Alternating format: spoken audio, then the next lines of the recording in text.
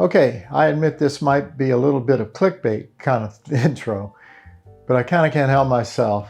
You see, I need to get as much as I can for all the first world suffering I've been through the past couple of days.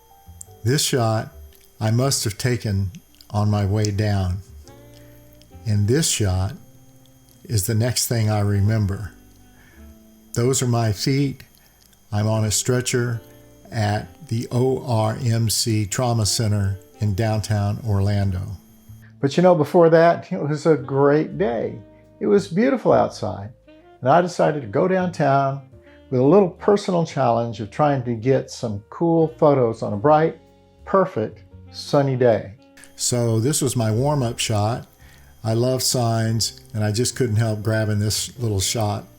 Then I came across this shot shortly thereafter of these two young ladies riding their scooters and seemingly making headway against the line of cars waiting to get around the construction a little bit further south on Orange Avenue.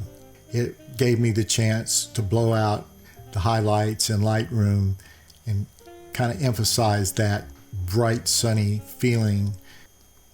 Then I came across this one, which I just really got a kick out of, particularly the look on this young lady's face as she's looking down at all these dogs that the dog walker is taking on their daily journey.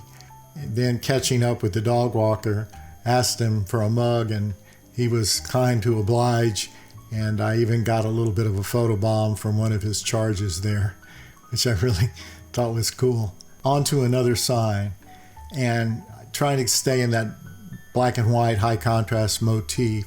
But this one was really kind of cool because the actual color on the thing is this dark green.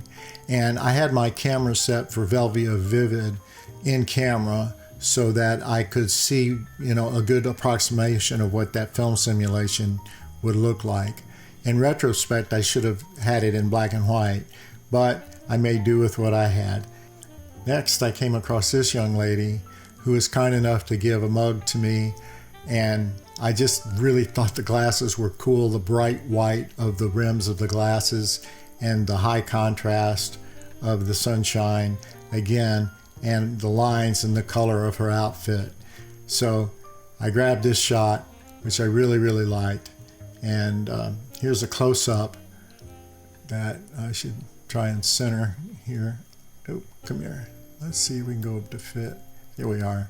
But it's so heavily cropped that it's really, I don't really have enough resolution there to do much with this other than a screenshot. A good lesson in this shot is to try and get just a little closer. But it was all in the moment, and I just didn't want to get too close. I didn't want to invade this lady's personal space, especially when she was kind of doing me a nice favor. So I made do with the framing I have here, but I just kind of kicked myself for not just moving in a little bit. I don't think she would have minded. And then here's the black and white treatment, which I blew out a little bit more to take advantage of shooting in RAW and being able to really drive home the bright sunny aspect I was trying to go for. This one should have foretold my future. This young man was looking up at the cranes downtown that were dismantling the scaffolding that had been up around a building for quite some time. I thought it would be a great opportunity to get some cool shots, so I crouched down along the wall of a parking garage to get this shot of the cranes that were being framed by the overhang. And with the reflections of the building over here, I thought, wow, this is a great location, so I'm just going to camp out here for a while.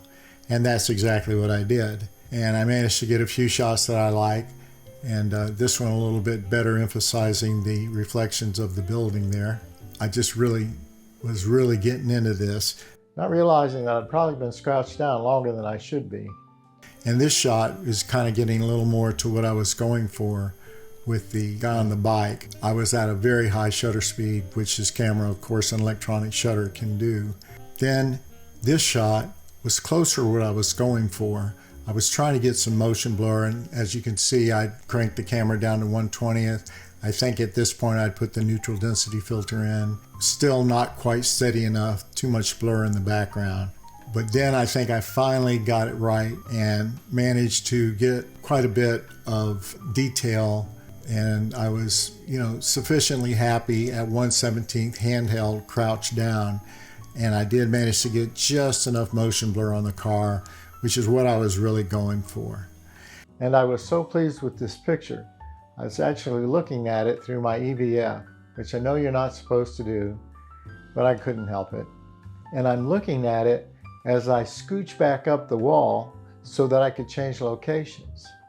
But then when I moved away, I suddenly just had a change in perspective and lost my equilibrium. And we go back to picture number 1 as I'm hitting the pavement. So 4 or 5, I can't remember how many stitches later. Of course, always add one every time I tell the story, right?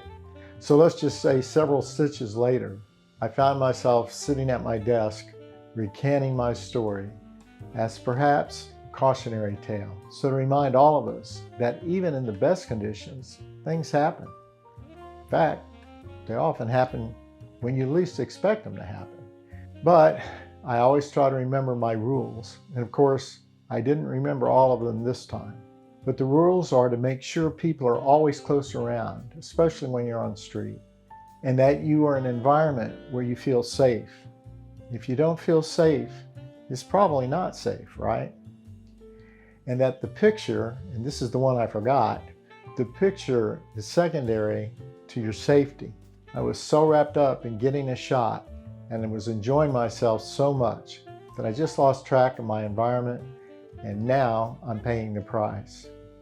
And unfortunately, my prized possession, my Fujifilm X100V, well, it also has a minor battle scar. So at least now, we both have something more in common with our little battle scars from the day. I hope you found this video helpful, or at least got a laugh out of it. And I encourage you to grab that camera, go out exploring, but just be careful. We'll see you on the next one. Thanks for watching. Bye for now.